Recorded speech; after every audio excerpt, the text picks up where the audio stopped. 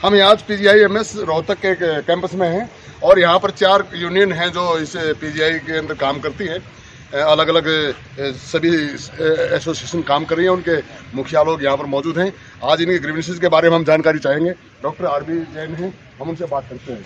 Sir, आज जो ये हालात हो रहे हैं उनके बारे में आप लोगों को बताइएगा, हमारे दर्शकों को बताइएगा, PGI में क्या हालात हो रहे हैं? देखो, वैसे तो हमने जो है ना अभी कुछ दिन पहले पता लगा, और जो हमारे गैर शिक्षक कर्मचारी एसोसिएशन के प्रधान है श्री रवि सांगवान जी, उन्होंने विस्तार से बताया है कि शुक्रवार के दिन जो है ना एक JCB आती है बिना किसी की जानकारी के, बिना किसी की परमिशन के। यहाँ कैंपस में जो रेजिडेंशियल एरिया है उसमें गड्ढे खोदते हैं और उसमें पाइपलाइन बिछाते हैं। जब कर्मचारियों ने और डॉक्टरों ने देखा कि ये JCB यहाँ आई है, गड्ढे खोद रहे हैं, तो उन्होंने पूछा जी आप कौन हो और कहाँ से आए हो, क्यों खोद रहे हो? उन्होंने कोई जवाब नहीं दिया। तो इन्होंने जाकर के अधिकारियों से फिर मुलाकात की। अधिकारियों को भी ये नहीं पता था कि किसने भेजा है और किस कारण से क्या कर रहे हैं वो। इसके बाद हमने उनसे बात की तो उन्होंने कहा कि ये कैंपस में ठीक नहीं है और बिना परमिशन के तो बिल्कुल नहीं आना चाहिए। और जो है फिर कर्मचारियों ने बड़ा विरोध किया, डॉक्टरों ने भी, नर्सिस ने भी, दूसरे गैर शिक्षक कर्मचारियों ने भी। उन्होंने कहा कि ये कैंपस जो है ना बहुत नीचे लेवल पे है और आसपास की कॉलोनियाँ बहुत ऊंचे लेवल पे हैं, तो उनका सारा का सारा सीवर का और दूसरा पानी उसमें आएगा तो ये बैक फ्लो मारेंगे। और हमारे कैंपस में पहले ही जब थोड़ी सी भी बरसात होती है तो सारे सीवर बैक फ्लो मारते हैं, सड़कों में, घरों में पानी आ जाता है। तो इस तरह से यहाँ पे रहना बहुत मुश्किल हो जाएगा। डॉक्टर साहब, आपका नाम बताइए और आपकी एसोसिएशन के पद के साथ बताइए। मैं डॉक्टर RB जैन हूँ, मैं प्रेसिडेंट हूँ Haryana state medical teacher association का, जो PGIMS रोहतक में काम करता है। मैम, आप कौन सी एसोसिएशन में? मैं HSMTA जो है हमारी हरियाणा में स्टेट मेडिकल टीचर एसोसिएशन, उसकी जॉइंट सेक्रेटरी हूँ, डॉक्टर प्रीति गहलोत। मैं डिपार्टमेंट ऑफ एनेस्थीसिया में प्रोफेसर हूँ। और इसी मामले को आगे बढ़ाते हुए, ये सिर्फ डॉक्टरों के रहने के हिसाब से एक मुश्किल तो है ही, जो पानी भरने की समस्या है और जो हर साल होती रहती है बरसात के समय और बढ़ जाती है। मरीजों के लिए भी बहुत दुष्प्रभाव हैं इसके। जैसे कि डॉक्टर के तौर पे अगर मैं कहूँ, जो मरीज एक बीमारी लेकर आता है उसे साफ सफाई, स्वच्छता की बहुत आवश्यकता होती है। ऐसे में जब जल भराव होता है तो अनेकों तरह की जो बीमारी लेकर आए, उसके अलावा सालों से ऐसे हालात है ये देखिए, मैं जब से ज्वाइन करा है, बारिश में पानी तो भरता ही है, लेकिन ये समस्या बढ़ती जा रही है। शायद कारण ये है कि सीवरेज ट्रीटमेंट प्लांट हमारे PGIMS में बना है आसपास की कॉलोनी का। मेडिकल कॉलेज बहुत पुराना है, जैसा कि डॉक्टर RB जैन सर ने पहले बताया, और कॉलोनियाँ बाद में बनी, तो सीवरेज का लोड शायद बढ़ता चला गया। और ऐसे में एक और अनाधिकारित, अगर हम एक और सीवरेज इसमें जोड़ देंगे तो ये बहुत ही खराब है, और वो भी बिना किसी की परमिशन के। हमें नहीं पता कि ये किसके संज्ञान पे काम हो रहा है और हम इसके खिलाफ हैं। साथ में रवि सांगवान है, जो सर आप कौन से एसोसिएशन से, आप बताइएगा लोगों को। मैं गैर शिक्षक कर्मचारी संघ का प्रधान हूँ। और जो ये फ्लो हो रहा है और दूसरी कॉलोनी का जो लोड इस PGI के सीवरेज पे और लाइन पे पड़ रहा है, इसके पीछे राज क्या है, कारण क्या है, मुख्य कारण क्या है? मुख्य कारण ये है कि सबसे आसान जगह ढूंढते हैं, कोई भी आदमी हो, सबसे आसान जगह कि ऊपर से नीचे जहाँ पानी आ रहा है उसे तो कुछ करना ही नहीं है, उसे कोई मोटर नहीं लगानी, कुछ नहीं लगाना, उसे सिर्फ पाइप जोड़ना है अनाधिकृत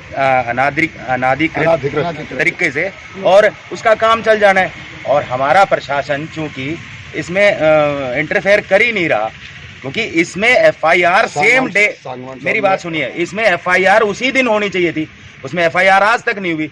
तो ऐसा ढुलमुल रवैया जब तक रहेगा, तो आप एक पाइप कह रहे हो, सारे शहर के पाइप इस लाइन में जुड़ने हैं, मैं बता देता हूं आपको। तो FIR को कराए कौन दर्ज? FIR को प्रशासन दर्ज करवाए। प्रशासन कहाँ का? PGI का। तो आप लोगों ने PGI के प्रशासन को ये बात कही? बिल्कुल, हमने लिखित में और वर्बल दोनों तरीके से दे दिए।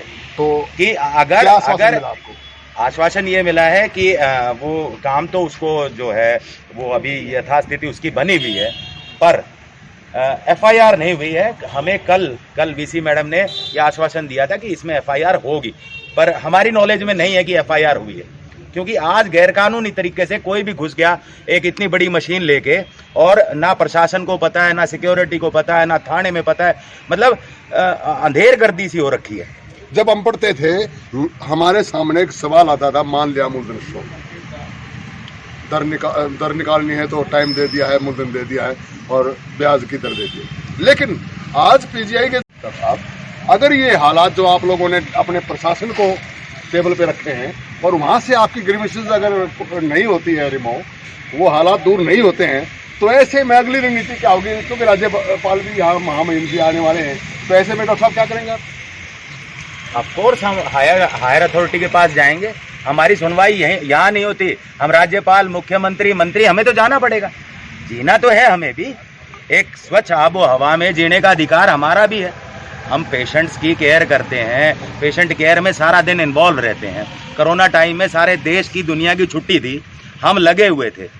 उस दौरान जब सारा देश वर्क फ्रॉम होम कर रहा था, हम 24 घंटे ड्यूटी दे रहे थे, डॉक्टर्स, नर्स, हम बता दें देशवासियों, यहाँ रोहतक पीजीआई के हालात जो है उसके लिए ये संयुक्त रूप से एसोसिएशन इकट्ठी हुई है। इन्होंने अपनी समस्याओं का निदान पाने के लिए प्रशासन को भी बताया है, उनके संज्ञान में ला के रखा है और आने वाले समय में बता रहे हैं। यहाँ राजभवन से जब महामहिम आएंगे और नर्सिंग से भी है, मैम बोलेंगे। हाँ जी। हाँ जी, मैं नर्सिंग एसोसिएशन से एडिशनल जनरल सेक्रेटरी की पोस्ट पे जसवंती जी बोल रही हूँ। हम नर्सिस भी पेशेंट केयर करते हैं, तो उसमें भी हम लोग यही चाहते हैं कि ये काम रोका जाए। पेशेंट की केयर हमारे लिए मस्ट है। नर्सिस सबसे ज़्यादा लगन से और काम करती हैं, तो इतने पानी में और ऐसे काम करना बहुत मुश्किल हो जाता है। और सारा ही पानी जब पीजीआई में आ जाएगा तो वार्डों में, मैं लेबर रूम में पोस्टेड हूँ, पिछली बारिश जो हुई थी उसमें लेबर रूम में कम से कम भी 4-4 फुट पानी था।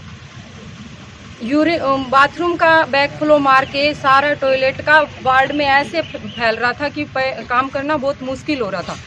हमें इसको रोकने के लिए मैम मैं ये पूछना चाहूँगा, आप लोग सभी पदाधिकारियों सबसे बात हो रही है हमारी। हाँ जी।